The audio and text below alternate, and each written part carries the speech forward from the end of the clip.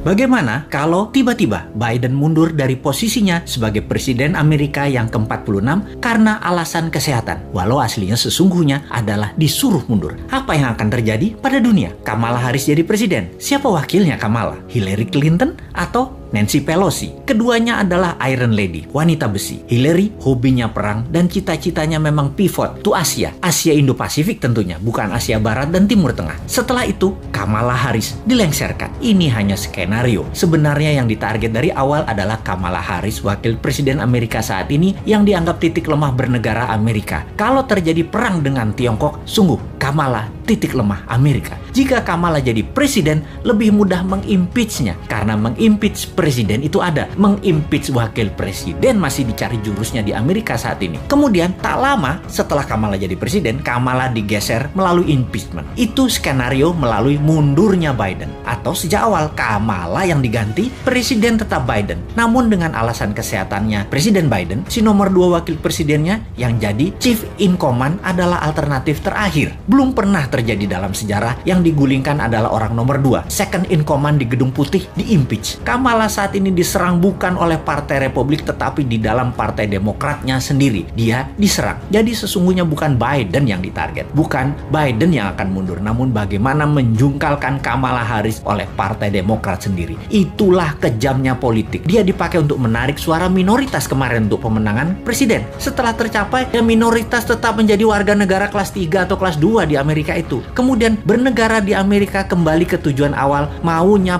para plutokrasi di Amerika. Plutokrasi adalah segelintir orang kaya mengendalikan negara. Plutokrasi dan oligarki di Amerika menggunakan negara untuk mencaplok negara lain dan merampok rakyatnya sendiri. Amerika itu negara swasta. Negara lawannya yang oposisi persis yaitu Tiongkok. Tiongkok negaranya dikendalikan pemerintah otoriter Partai Komunis atau negara partai. Itulah bedanya Amerika dengan Tiongkok. Indonesia, 7 presiden adalah negara partai, terutama 3 presiden terakhir, di mana swasta hanya dapat porsi 20%, yang 80% pemerintah. Nanti ketika new mind terjadi, maka terbalik. 80%-nya swasta, 20%-nya pemerintah. Indonesia jadi negara swasta. Namun bukan swastanya plutokrasi dan oligarki, tetapi strong UKM. Itu bedanya.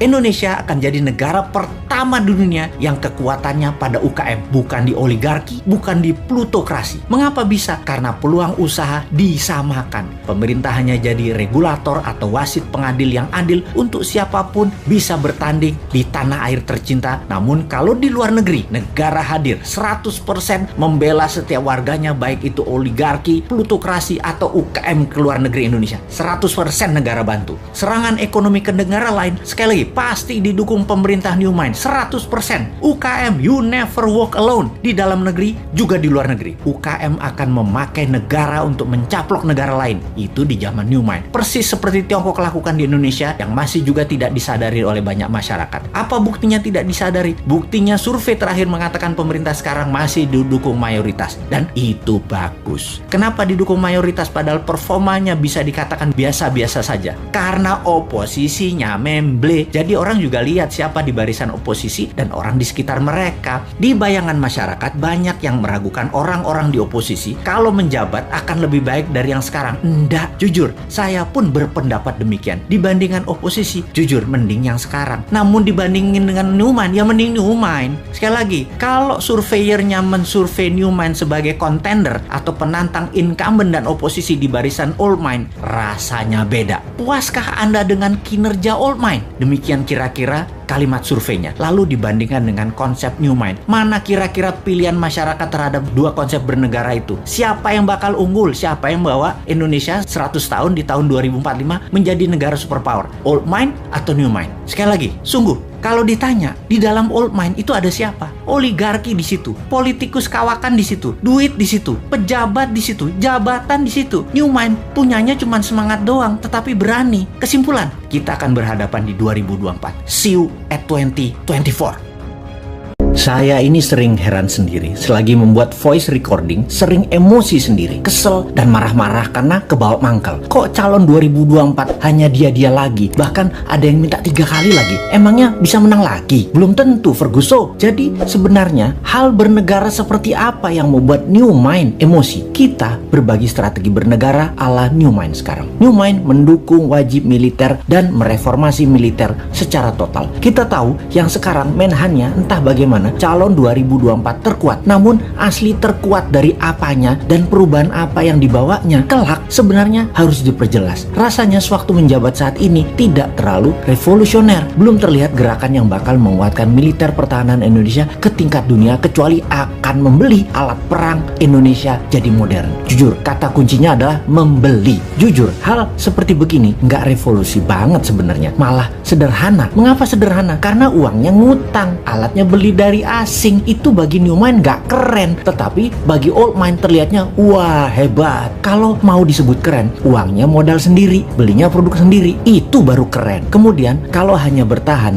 dari apa? Siapa yang menyerang Indonesia? Itu Tiongkok menyerang pakai economic warfare, jebol biar nggak karuan Indonesia. Marketplace punya Asyong, produknya Asyong semua. Bagaimana Chief Kemhan? Ini urusan Anda kan? Orang paham lah. Nanti bagaimana ketika jabat presiden 2024? Atau jangan-jangan orang di sekelilingnya aja yang pengen bosnya jadi di 2024 dan dirinya dapat jabatan gitu ya. Kalau demi jabatan ya silahkan, tetapi kalau demi rakyat, ubahlah bernegaranya. Wahai rakyat, yuk selalu belajar dan melihat fakta data. Jadi kalau New Mind, bagaimana mengelola Kemhannya? Jumlah personil militer tidak akan ditambah, dan dalam jangka menengah 10 tahun personilnya hanya tinggal 60% dari jumlah sekarang. Nah, akan timbul pertanyaan, jumlah penduduk tambah banyak kok tentaranya makin sedikit. Tentara akan makin profesional karena tentaranya yang pegang bedil hanya tinggal 30%. Sisanya tentaranya pegang kendali atas bentuk perang-perang lain, biological warfare, economic warfare, technological warfare, dan lain sebagainya. 30% tentara akan mahir menggunakan alat perang drone. Tentara garis depannya robot. Ngapain beli pesawat F-16, F-35? Mending beli 1 juta drone dilengkapi senjata dan kamera, dan satu tentara bisa kendalikan 100 drone di war room. Lalu adakan wajib militer selama 6 bulan. SMA-nya hanya 2,5 tahun. 6 bulan terakhir wajib militer. Lulus wajib militer baru dapat ijazah SMA atau paket C. Strategi wajib militer 6 bulan mengurangi jumlah tentara tinggal 60%-an. Itu jauh lebih efisien daripada saat ini jumlah tentaranya hampir 1 juta personil beserta sipilnya, yang anggaran APBN-nya 135 triliun, yang ternyata 60%-nya buat biaya rutin kepegawaian, buat gaji dan fasilitas doang. Hanya nggak sampai 40%-nya buat alat perang. Tuh, malu-maluin aja. Sudah 5 Menhan terakhir, gini semua gayanya. Old Mind semua gayanya. Tapi maaf loh ya, kalau informasi ini bikin sensitif atau menyinggung. Ini untuk perbaikan bersama. Kita nggak ngeritik buta. Lihat tuh, kita berikan solusinya. Turunkan jumlah tentara dalam 10 tahun tinggal 60%. Lalu berikan gaji mereka besar 3 kali dari yang sekarang. Keterampilan kekinian di-upgrade 3 kali kemampuan non-kombatannya. Mereka smart, elite, dan deadly. Lalu strategi kekuatan cadangannya ada di rakyat. Wajib militer menanamkan patriotisme, nasionalisme, teamwork, dan buddying, brotherhood. Tuh kan beda New Mind. Cocok nggak 2024 ketimbang yang di etalase lembaga survei sekarang?